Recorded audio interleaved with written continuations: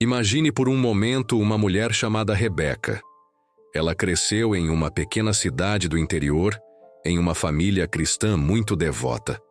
Aos 24 anos, casou-se com Roberto, um músico da igreja. Os dois estavam convencidos de que haviam sido unidos por Deus.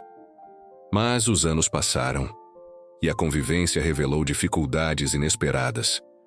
Roberto mergulhou em vícios escondidos, e Rebeca, mesmo orando e tentando sustentar o lar, viu-se emocionalmente exausta, espiritualmente drenada e fisicamente ameaçada. Após 7 anos de tentativas, ela pediu o divórcio.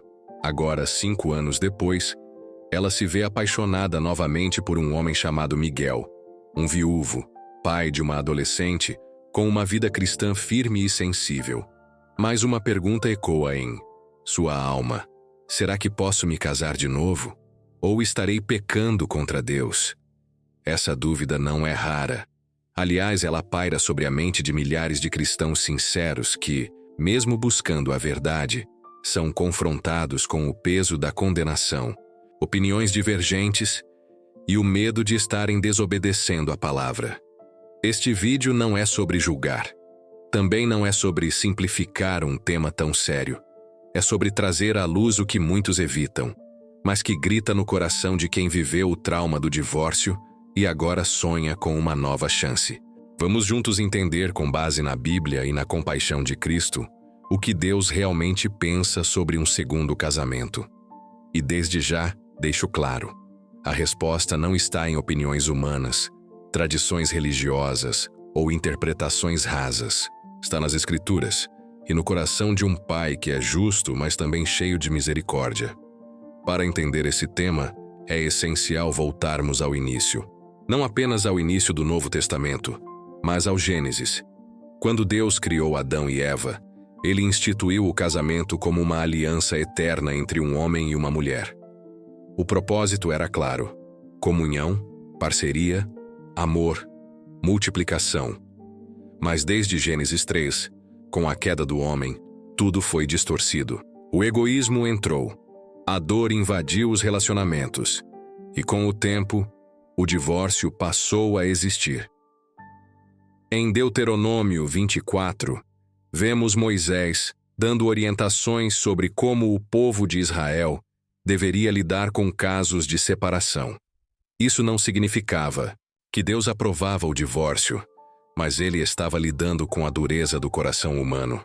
Jesus, em Mateus 19, ao ser questionado sobre isso, responde: Moisés permitiu o divórcio por causa da dureza do coração de vocês, mas no princípio não era assim. Note que Jesus não está dizendo é proibido, mas está chamando a reflexão sobre o propósito original do casamento. Ele fala de exceções, como no caso de infidelidade, mas também aponta para algo maior: a restauração. Ele quer nos levar de volta ao ideal, mas também lida com o real, com nossas falhas, com nossas dores, com os desertos que vivemos. Mas e quando a separação já aconteceu? E quando houve arrependimento verdadeiro, cura interior? A Bíblia condena a pessoa que deseja recomeçar em santidade. Muitos usam o versículo de Lucas 16:18 para afirmar que qualquer segundo casamento é adultério. Mas será que esse texto pode ser interpretado isoladamente? Será que Jesus estava condenando toda e qualquer nova união? Ou ele estava confrontando líderes religiosos hipócritas que usavam o divórcio como desculpa para o pecado? Vamos refletir com profundidade. O mesmo Jesus que falou sobre a seriedade do casamento também acolheu uma mulher samaritana que já havia tido 5 maridos e vivia com outro homem. Ele não a condenou, mas ofereceu água viva. O que isso nos ensina? Que ele não compactua com o pecado, mas ele cura, transforma e renova. E que nenhuma situação é além da graça. No próximo bloco, vamos explorar o que o apóstolo Paulo diz sobre o assunto em 1 Coríntios 7 e como suas palavras podem libertar muitos corações hoje. Vamos entender o papel do arrependimento, da nova vida em Cristo e do propósito eterno que Deus tem, mesmo para aqueles que falharam no passado. Quando o apóstolo Paulo escreveu sua primeira carta aos Coríntios, ele não estava escrevendo para santos, inatingíveis que viviam no céu. Estava escrevendo para uma igreja repleta de conflitos, imoralidade, vaidades, divisões e muitas dúvidas reais sobre a vida cristã prática. Em 1 Coríntios 7, ele trata diretamente das questões conjugais, inclusive sobre separações e novos casamentos. E é aqui que muitas pessoas se confundem ou são ensinadas de forma fragmentada. Vamos ler com atenção e sem pressa o que ele diz. Em 1 Coríntios 7,15, Paulo afirma: se o descrente quiser se separar, que se separe. Em tais casos, o irmão ou a irmã não está mais sujeito à servidão. Observe bem essa palavra. Não está mais sujeito à servidão. O que Paulo está dizendo? Que em certos casos, como o abandono ou a separação por parte de alguém que não anda com Deus, o cônjuge cristão não está mais preso à aliança anterior. E se não está preso, o que isso significa senão a liberdade para reconstruir sua vida? Paulo estava sendo extremamente pastoral, sensível e ao mesmo tempo coerente com o evangelho da graça e da responsabilidade. Mas a questão vai além de permissões técnicas, vai para o coração. Paulo entendia que a nova vida em Cristo é, literalmente, um recomeço. Em 2 Coríntios 5,17, ele declara: portanto, se alguém está em Cristo, é nova criatura. As coisas antigas já passaram. Eis que tudo se fez novo. Se esse versículo vale para um assassino arrependido, um ladrão transformado, uma mulher que viveu anos em prostituição, por que não valeria para alguém que teve um casamento fracassado, buscou restauração, viveu cura e agora deseja construir algo novo com Cristo no centro?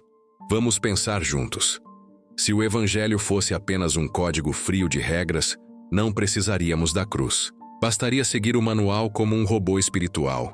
Mas a cruz existe justamente porque falhamos, porque quebramos aliança, porque prometemos e não cumprimos, e porque precisamos desesperadamente de perdão, direção e esperança. A cruz não é a condenação final de quem errou, mas o início do caminho para quem quer acertar. Rebeca, nossa personagem, pode até não ter sido perfeita. Nenhum de nós é. Mas ela chorou, buscou, perdoou e decidiu se levantar. Hoje, ao lado de Miguel, ela não quer um romance vazio. Quer um lar consagrado. Quer refletir o amor de Cristo de maneira íntegra. E sabe o que é mais bonito? Deus vê o coração. Enquanto muitos olham as cicatrizes, Ele vê a disposição interior de viver conforme sua vontade. Importante dizer, esse roteiro não encoraja divórcios irresponsáveis ou casamentos impensados. Muito pelo contrário, ele confronta quem pensa que o casamento pode ser descartado por qualquer desentendimento.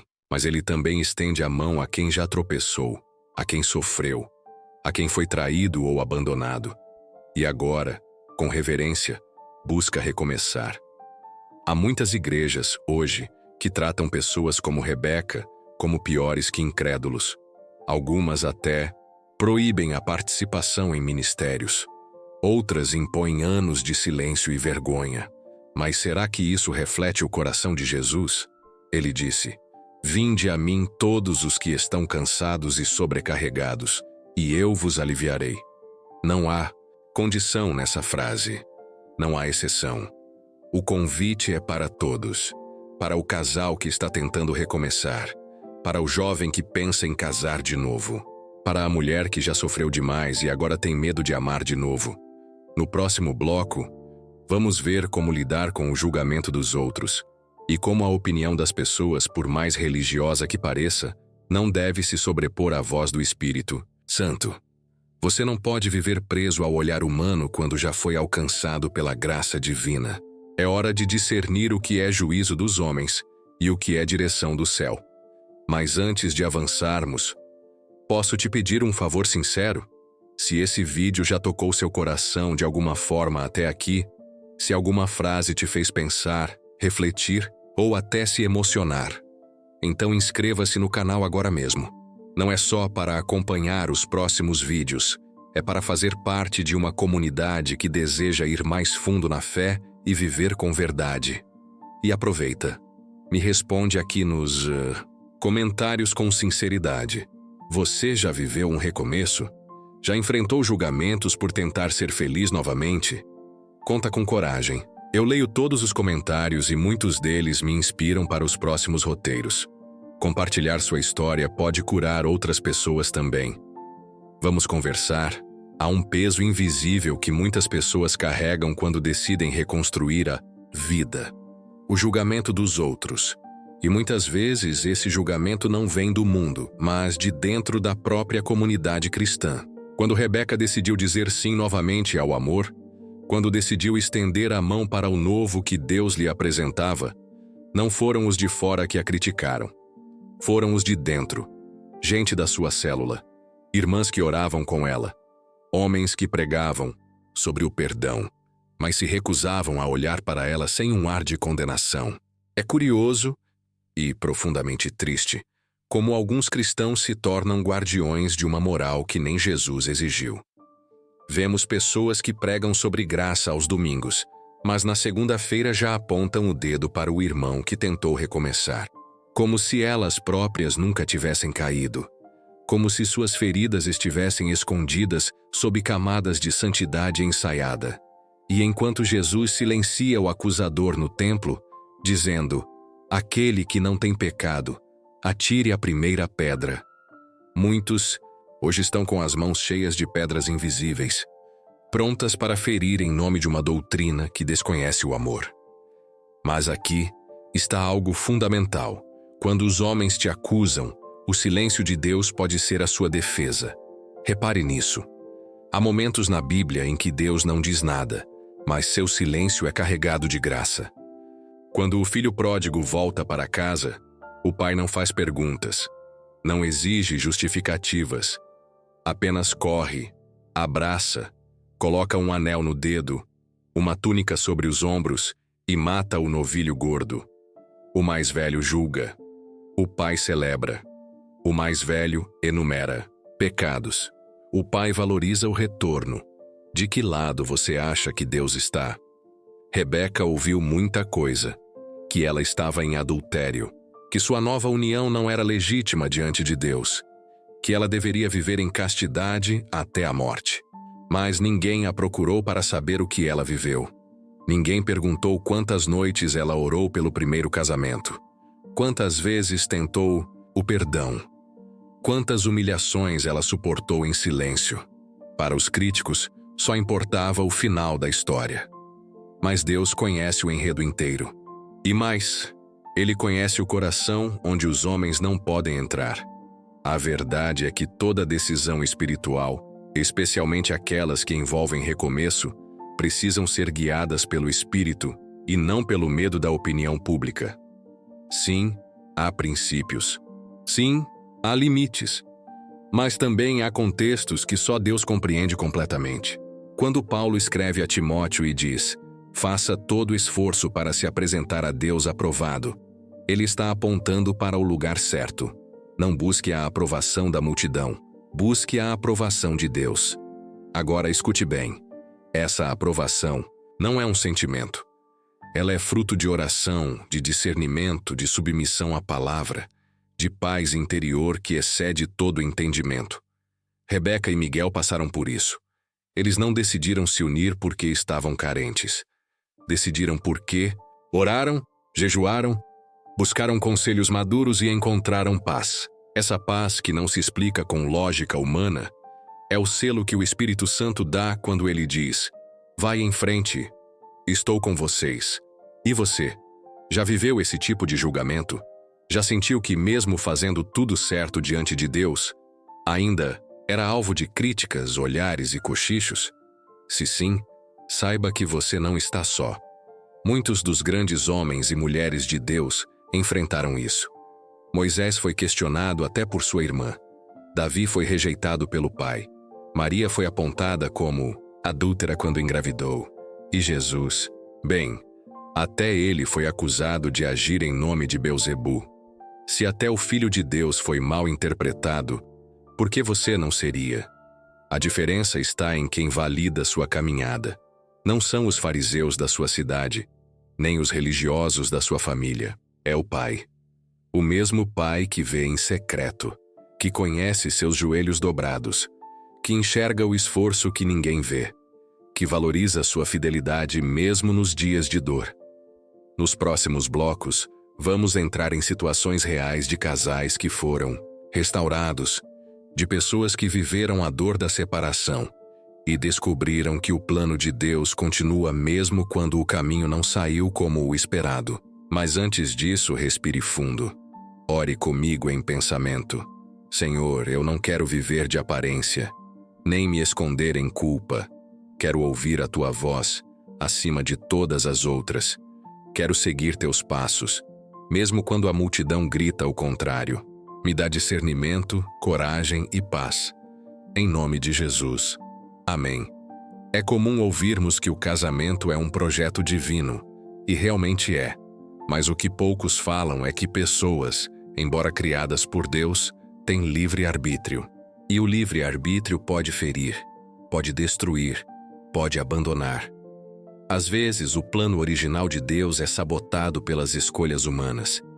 E então vem a grande questão. O que Deus faz quando o ideal se rompe? Ele descarta o vaso quebrado ou o refaz? Talvez. Uma das passagens mais esquecidas, e ao mesmo tempo mais fortes, está em Jeremias 18, quando o profeta é levado até a casa do oleiro. O vaso que estava sendo moldado estraga nas mãos do oleiro. E o que ele faz? Lança fora? Não. Ele torna a fazer dele outro vaso, conforme achou melhor aos seus olhos. Essa é a linguagem da restauração. Essa é a linguagem da esperança. E esse é o Deus que ainda hoje age da mesma forma com pessoas que tiveram suas histórias partidas. Sérgio era bibliotecário em uma pequena cidade do interior de Goiás. Casou-se jovem, com 23 anos, com uma mulher da igreja que conheceu no coral. A história parecia perfeita. Eles evangelizavam juntos, organizavam cultos ao ar livre, tinham planos de ter filhos e construir uma família exemplar. Mas, depois de 8 anos, o que parecia sólido começou a rachar. Vieram as discussões, as mágoas, a frieza. Ele tentou resgatar, ela não. Quando ela decidiu sair de casa e pedir o divórcio, Sérgio ficou desolado. Chegou a pensar que sua vida espiritual estava arruinada para sempre. Durante meses ele se isolou. Tinha vergonha de voltar à igreja. Sentia que tinha fracassado como homem de Deus.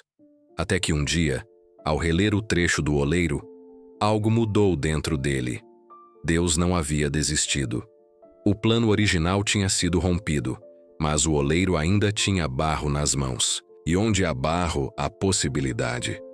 Aos poucos, Sérgio voltou a buscar a Deus não pelo medo da condenação, mas pela sede de recomeçar. E recomeço não significa ignorar o passado. Significa olhar para ele com maturidade, entender o que foi vivido, o que pode ser curado e o que precisa ser deixado nas mãos do tempo. Sérgio entendeu que Deus não queria apenas restaurar o casamento dele. Queria restaurar ele, como homem, como servo, como filho. Deus não trabalha apenas em estruturas familiares, mas em corações humanos. Com o tempo, Sérgio começou a servir novamente. Tornou-se conselheiro de casais, não por ter todas as respostas, mas por ter vivido as perguntas. Não por saber todos os caminhos, mas por ter aprendido a andar com Deus mesmo nos desertos. E então, 4 anos depois, já com 35 anos, ele conheceu Juliana, uma professora de jovens que também havia passado por um processo difícil. Ambos se reconheceram não pela dor, mas pela maturidade. Não se uniram por carência, mas por propósito. Esse segundo casamento não foi construído sobre negação do passado, mas sobre a clareza do que Deus pode fazer depois do caos. Juntos, eles não tentaram copiar histórias de outros casais. Construíram a própria baseada na oração, no serviço e, acima de tudo, na graça. O que aprendemos com isso? Que a vida após a dor que a graça de Deus não se limita ao primeiro plano, que Ele é especialista em escrever capítulos surpreendentes justamente quando achávamos que o livro já tinha acabado. O problema é que muitas pessoas acham que Deus só age dentro da moldura do ideal. Mas Jesus não veio apenas para os saudáveis, veio para os doentes. Ele não morreu só por casamentos perfeitos, morreu por pecadores. Ele não resgatou apenas quem acertou, mas quem se perdeu. Se você está lendo ou ouvindo isso e já passou por uma separação, um divórcio, um fim traumático, saiba, você ainda é alvo da graça de Deus. Sua história ainda tem valor. O céu ainda tem planos para você. E se no meio da caminhada surgir uma nova chance de amar, com maturidade, sabedoria e orientação divina, não permita que a culpa te paralise. Agora pense comigo. Se Deus nos dá novas misericórdias a cada manhã, por que não poderia dar também novas oportunidades de reconstruir a vida? E aqui entra algo muito sério. É preciso diferenciar permissão de libertinagem. Não estamos falando de sair trocando de parceiro a cada conflito, nem de relativizar o casamento. O que estamos dizendo é que há casos em que a aliança foi quebrada por abandono, por traição irreversível, por violência, e a pessoa que ficou não deve ser obrigada a viver condenada à solidão, em nome de uma lei que nem mesmo Cristo impôs com rigidez farisaica. Sim, há princípios. Sim, Deus valoriza a aliança, mas Ele valoriza também a dignidade, a segurança emocional, o crescimento espiritual e a vida abundante que Jesus prometeu. O que não podemos fazer é transformar a fé em uma prisão, nem a doutrina em um fardo que nem os próprios apóstolos conseguiram carregar. Agora quero propor algo especial. Se você está assistindo e sentiu que essa palavra tocou seu coração, se inscreva no canal agora. Mas não só isso. Nos comentários, compartilhe uma palavra que represente o seu momento atual. Pode ser recomeço, esperança, cura, processo, fé, o que estiver mais vivo dentro de você agora. Isso não é só uma interação comum. É um sinal de que há pessoas reais, com histórias reais, sendo tocadas por uma verdade que liberta. A jornada rumo à restauração depois de uma ruptura envolve mais do que simplesmente perdoar. Envolve a reconstrução da confiança, aquela base invisível que une corações e transforma feridas em cicatrizes que, ao mesmo tempo, contam histórias de superação. Em meio aos altos e baixos da vida, muitos que enfrentaram o fim de uma união se veem perante um abismo de incertezas e medos. Como reconstruir algo que por tanto tempo esteve tão abalado? E mais importante, como permitir que um novo laço se forme sem carregar o peso de desconfianças passadas? Imagine a história de Daniel, um homem que, aos 37 anos, viu seu casamento desmoronar após 10 anos de convivência conturbada com sua ex-esposa, que havia sucumbido aos vícios e à pressão emocional. Daniel passou por noites de insônia, questionamentos intermináveis e a constante sensação de ter falhado como parceiro. Seu coração se fechou, e ele se isolou em um mundo de amargura. Mas, como todo processo de transformação, o tempo também ensina. Em um momento de profunda introspecção, ele entendeu que a verdadeira cura não reside no esquecimento, mas na reconfiguração do que restou. Foi então que Daniel se abriu para a ideia do recomeço, não como um abandono do que passou, mas como um passo em direção a uma nova construção, baseada na fé e na confiança renovada. A reconstrução dos laços se faz em pequenos gestos de fé. Numa tarde silenciosa, enquanto caminhava sozinho por uma trilha no parque, Daniel começou a refletir sobre a importância de permitir que o passado se transforme em ensinamento ao invés de ser um obstáculo. Lembrou-se das palavras do salmista, que diziam: "Cria em mim um coração puro, ó Deus, e renova dentro de mim um espírito inabalável." Essa oração não era um mero recitar de palavras, mas um clamor sincero para que a confiança, abalada pela traição e pela dor, pudesse ser restaurada através da misericórdia divina. A confiança é algo que se reconstrói também pela transparência e pelo diálogo aberto. Quando Daniel decidiu voltar a se aproximar de uma nova relação, ele não escolheu alguém com um perfil idêntico ao que esperava idealmente, mas sim alguém que compreendia o valor do recomeço. Clara, uma terapeuta dedicada ao bem-estar emocional, havia passado por suas próprias batalhas e, por isso, sabia da importância de curar as cicatrizes do passado. Juntos, eles encontraram na vulnerabilidade mútua a chave para edificar um relacionamento fundamentado não na perfeição, mas na verdade de reconhecer e acolher as falhas de cada um. Clara, com sua experiência em acolhimento terapêutico, ajudava Daniel a perceber que confiar de novo é um ato de coragem, não de ingenuidade. Eles conversavam longamente sobre os desafios de deixar o passado para trás. Em encontros marcados por risos e lágrimas, aprenderam a construir pontes onde antes existiam muros altos de desconforto. A confiança, explicou Clara, é como plantar uma árvore. É preciso cuidar da semente, regá-la com paciência, permitir que o tempo e a luz natural façam a sua mágica. Ela sempre reforçava a ideia de que não adianta forçar o crescimento. O processo tem seu tempo, e cada folha que brota é fruto de um esforço conjunto. Essa reconstrução dos laços também passa por um profundo reencontro com o eu interior. Muitos se perdem na tentativa de se adequar aos padrões impostos pela sociedade, ou mesmo por aquela voz interior crítica que insiste em dizer: você não merece outra chance. Daniel aprendeu, com a ajuda de leituras e conversas com amigos sinceros, que merecer uma nova oportunidade não é sinal de fraqueza, mas de grandeza. A verdadeira força está em reconhecer as próprias falhas e, mesmo assim, decidir amar novamente. Ele passou a dedicar tempo para a oração, não como um rito, mas como um diálogo íntimo com Deus, buscando respostas na quietude de seu coração. Essa intimidade espiritual ajudou a transformar a dor em força, a insegurança em determinação. Mas como lidar com os fantasmas do passado que ocasionalmente retornam para assombrar as novas esperanças? Em uma dessas noites de reflexões profundas, Daniel deparou-se com um grupo de amigos que havia passado por momentos turbulentos.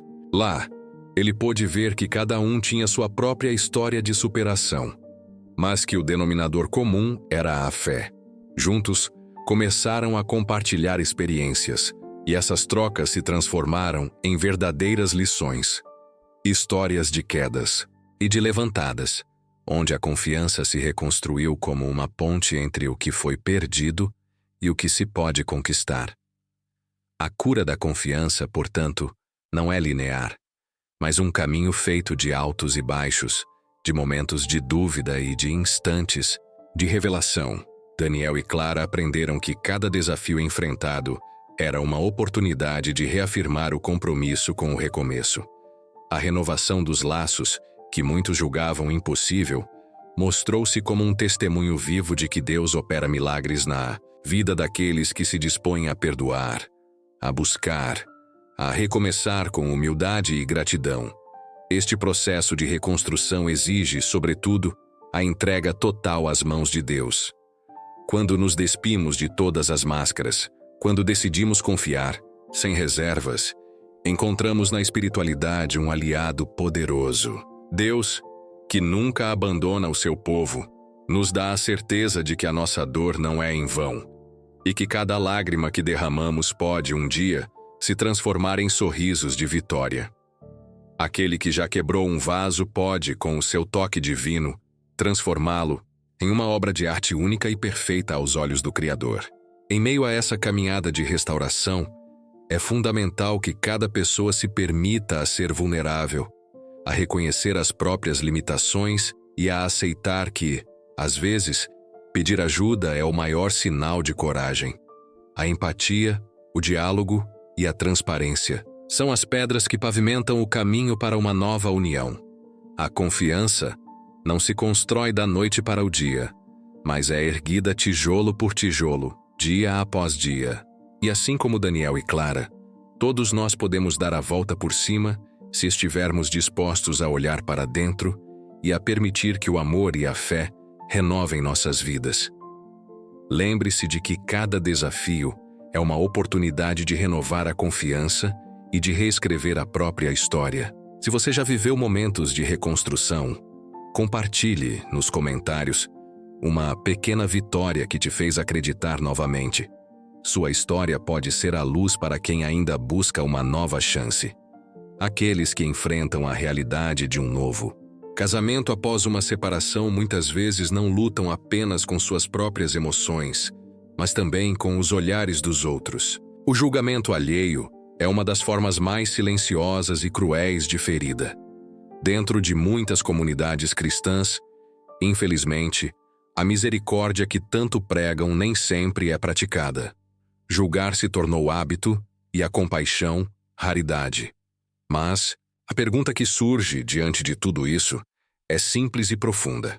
O que Deus realmente vê? Para entender isso, é necessário ir além das aparências.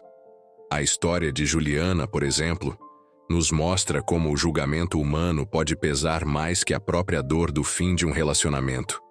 Ela era professora de música, muito ativa na igreja, casada por 14 anos com um homem que, com o tempo, se afastou da fé e mergulhou em traições constantes. Depois de resistir, orar, aconselhar-se e tentar restaurar o casamento de todas as formas, Juliana tomou a decisão de se separar, não por orgulho, mas por sobrevivência. Passou meses em silêncio, sofrendo a rejeição dos irmãos de fé, ouvindo sussurros nos corredores da congregação e sendo vista como a irmã divorciada, como se seu valor tivesse diminuído. Dor da solidão foi grande, mas maior ainda foi a sensação de abandono espiritual. Ela se perguntava se Deus também a via com os mesmos olhos de reprovação. Foi então que, em uma noite de culto silencioso, onde poucos compareceram, um pastor visitante pregou sobre a mulher samaritana. Essa mulher, que já havia tido 5 maridos e vivia com um homem que não era seu, foi a primeira a quem Jesus revelou claramente que ele era o Messias. Juliana sentiu como se aquelas palavras fossem dirigidas a ela. Naquele momento, percebeu que o olhar de Jesus não era como o das pessoas ao seu redor. Jesus não a via como um erro ambulante, mas como alguém digno de redenção, alguém em processo, alguém amada. Deus vê o coração. Não vê como o homem vê.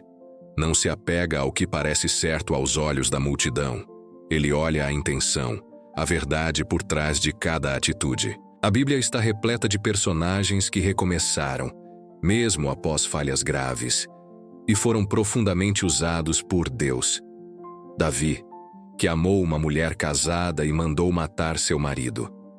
Raabe, uma prostituta, que escondeu espias e entrou na linhagem do Messias. Pedro, que negou Jesus 3 vezes, mas foi o escolhido para pastorear o rebanho.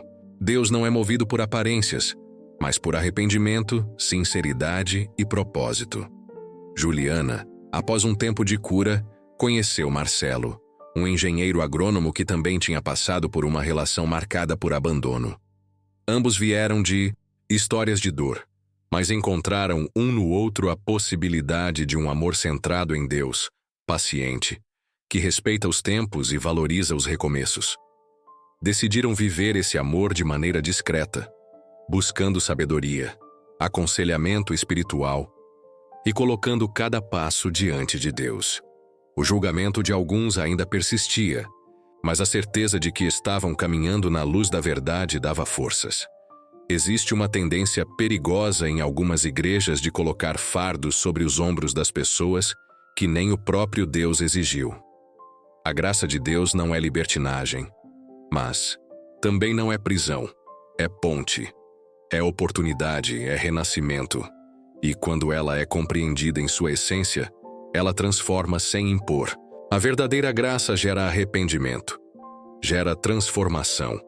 E não é arrogante ao ponto de excluir aqueles que erraram, mas humilde ao ponto de acolher e levantar.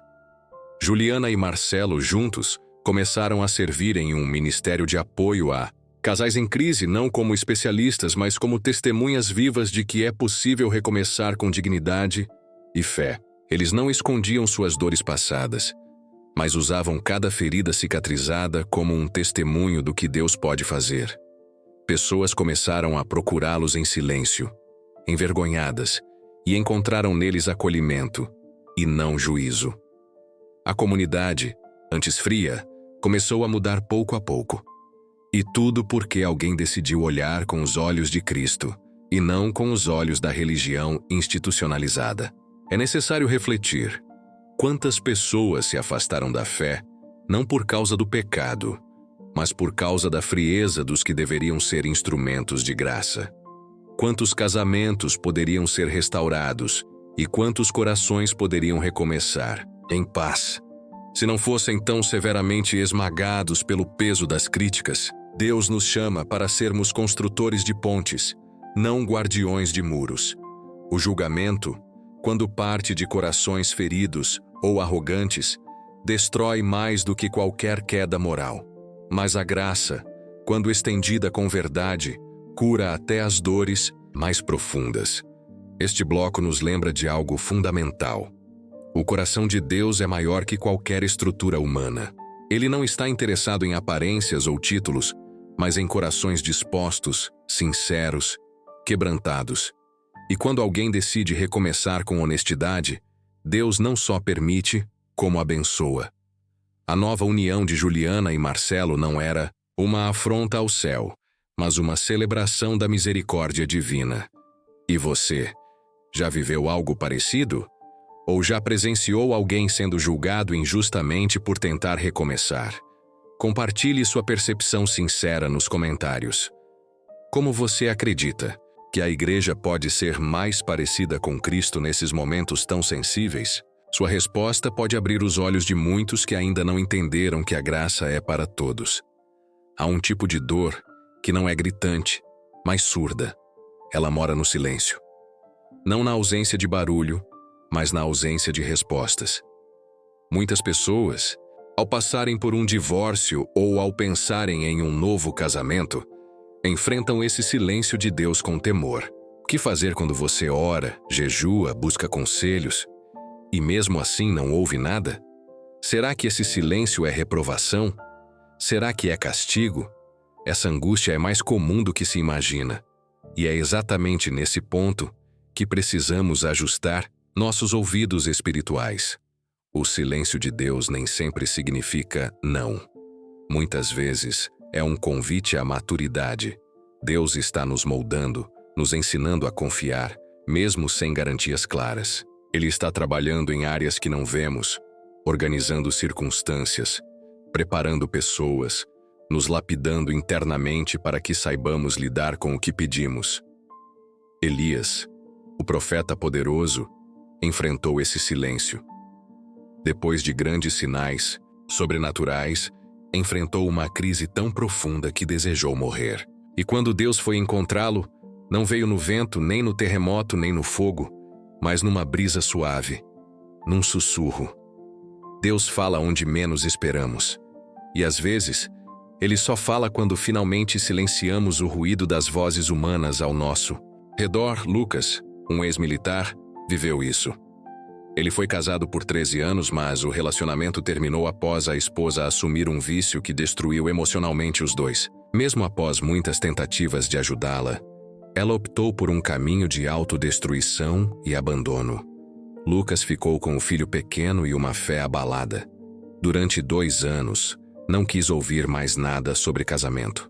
Estava convencido de que, para ele, essa parte da vida estava encerrada. Sempre que alguém falava de recomeçar, ele desconversava. Não é para mim, dizia. No entanto, mesmo na sua teimosia, continuava orando. Buscava a Deus não por um novo amor, mas por sentido. E foi nesse lugar de oração seca, sem revelações, sem sinais, que Deus começou a falar de outras formas. Não com promessas românticas ou palavras doces, mas com convicções profundas.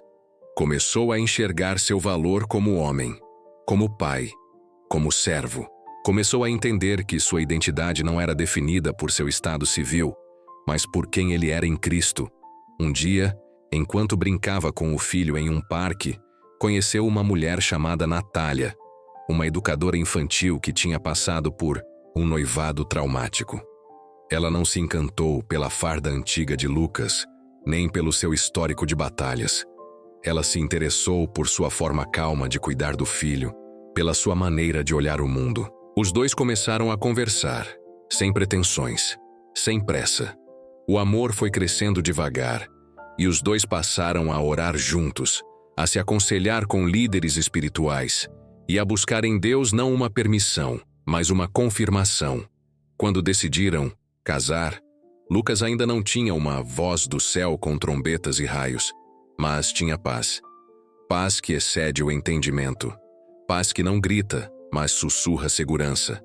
E essa paz, muitas vezes, é a voz de Deus. Aquilo que muitos chamam de zona cinzenta, Deus chama de campo de fé. Nem tudo na vida cristã virá com placas visíveis. Às vezes, Deus simplesmente espera que usemos a sabedoria que Ele já nos deu. Hoje, Lucas e Natália conduzem um grupo de apoio a pais e mães solos, mostrando que o recomeço não precisa vir com estardalhaço, mas com coerência. Eles ensinam que o silêncio de Deus não é ausência, mas lapidação. E que, quando você se alinha ao coração de Deus, a direção não vem com medo, mas com paz. Esse é um ponto que poucos ensinam.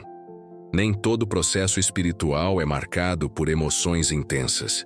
Às vezes, a resposta de Deus vem através de portas que se abrem naturalmente, de relações que florescem com equilíbrio, de decisões tomadas com base em princípios e não apenas em sentimentos. E isso é maturidade espiritual. Isso é caminhar pela fé. Se você está nessa fase em que tudo parece parado, em que não há uma resposta direta sobre o que fazer com sua vida amorosa, lembre-se disso. O silêncio de Deus não é desprezo, é cuidado. Ele está te ensinando a olhar mais fundo, a ouvir o que está além das palavras. Ele está te moldando para que, quando a resposta vier, seja ela qual for, você esteja preparado para recebê-la com maturidade e gratidão. O problema não é recomeçar. O problema é recomeçar sem discernimento. E isso, Deus jamais permitirá se você estiver atento. Por isso, continue buscando. Continue em oração. Continue sendo honesto. Deus não falha em responder. Às vezes, Ele apenas responde diferente do que esperamos. E isso também é amor. Você já passou por uma fase assim? Em que Deus parecia estar em silêncio, mas depois você entendeu que Ele estava fazendo algo mais profundo? Compartilhe essa experiência nos comentários. Isso pode fortalecer outras pessoas que estão esperando respostas em meio ao silêncio.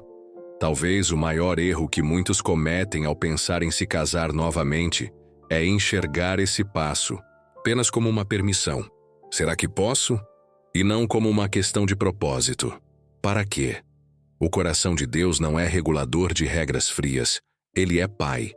E um Pai amoroso não se limita a autorizar ou proibir. Ele guia para que os passos dados levem à plenitude da vida. Se a sua jornada o levou ao fim de um casamento, seja por abandono, infidelidade ou destruição mútua, Deus conhece cada detalhe. Ele não é o Deus de uma chance só. Ele é o Deus de transformação. O mesmo Cristo que perdoou uma mulher pega em adultério, não apenas a salvou da morte, mas a orientou com sabedoria. Vai e não peques mais. Ele não a definiu pelo erro. Ele a enviou com uma nova direção.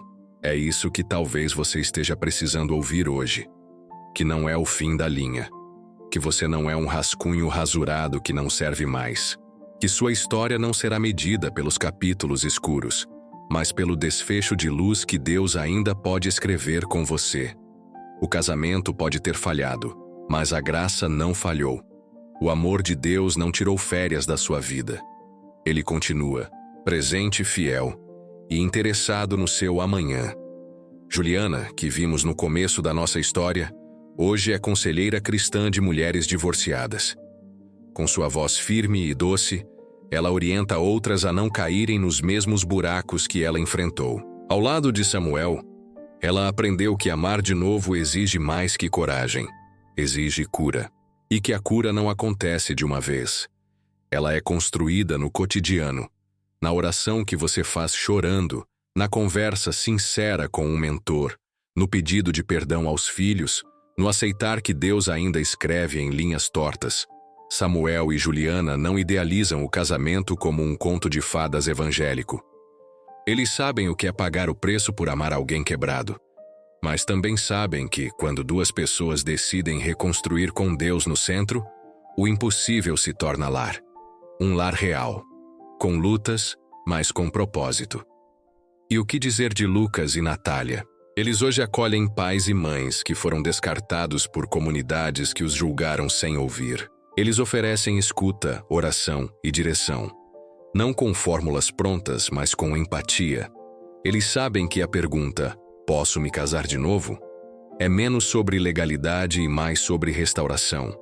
Não se trata de arrumar um novo parceiro para fugir da solidão, mas de encontrar alguém com quem você possa cumprir o chamado que ainda está vivo em você. Sim, é possível casar de novo. Mas a pergunta mais importante é: você está preparado espiritualmente para isso? Você já se curou das feridas que o primeiro relacionamento deixou? Ou ainda carrega bagagens que tornarão o próximo vínculo uma repetição do passado? A graça de Deus nos permite recomeçar, mas a sabedoria de Deus nos ensina a não recomeçar de qualquer jeito. Por isso, não corra. Não se compare com a história de ninguém. Cada jornada é única. Ore, busque conselhos, olhe para dentro. E quando sentir paz, aquela que não se compra nem se explica, então caminhe com confiança. Lembre-se, o maior sinal de que você está pronto para amar de novo não é a falta de medo, mas a presença de maturidade. Amar de novo, não. É fraqueza. É coragem. Coragem de não deixar que uma página triste defina todo o livro. Coragem de confiar que Deus ainda tem algo lindo para construir com você, mesmo que os tijolos estejam quebrados. E se você chegou até aqui, é porque Deus está tratando algo dentro de você. Não ignore esse momento. Talvez esse vídeo tenha sido a resposta que você pediu em silêncio, num quarto escuro, numa oração sem palavras. E se foi, acolha. Ore sobre isso. Compartilhe com alguém. Não guarde isso só para você. Alguém perto de você também precisa saber que recomeçar não é pecado. É plano. É graça. É vida. Agora, se esse vídeo tocou seu coração de alguma forma, não, vá embora sem se inscrever aqui no canal. Aqui cada conteúdo é feito com amor, responsabilidade e compromisso com a verdade. E mais do que isso, esse espaço existe para gente como você, que está buscando respostas reais com fé, mas também com profundidade. Deixe nos comentários a sua história. Já passou por um recomeço? Está vivendo uma fase de decisão? Como esse vídeo te ajudou? Sua experiência pode transformar outras vidas. Vamos juntos construir uma comunidade onde recomeçar não é motivo de vergonha, mas de esperança. Seja bem-vindo. Seja bem-vinda. A casa é sua. E aqui, o amor nunca tem ponto final. Tem sempre uma vírgula para continuar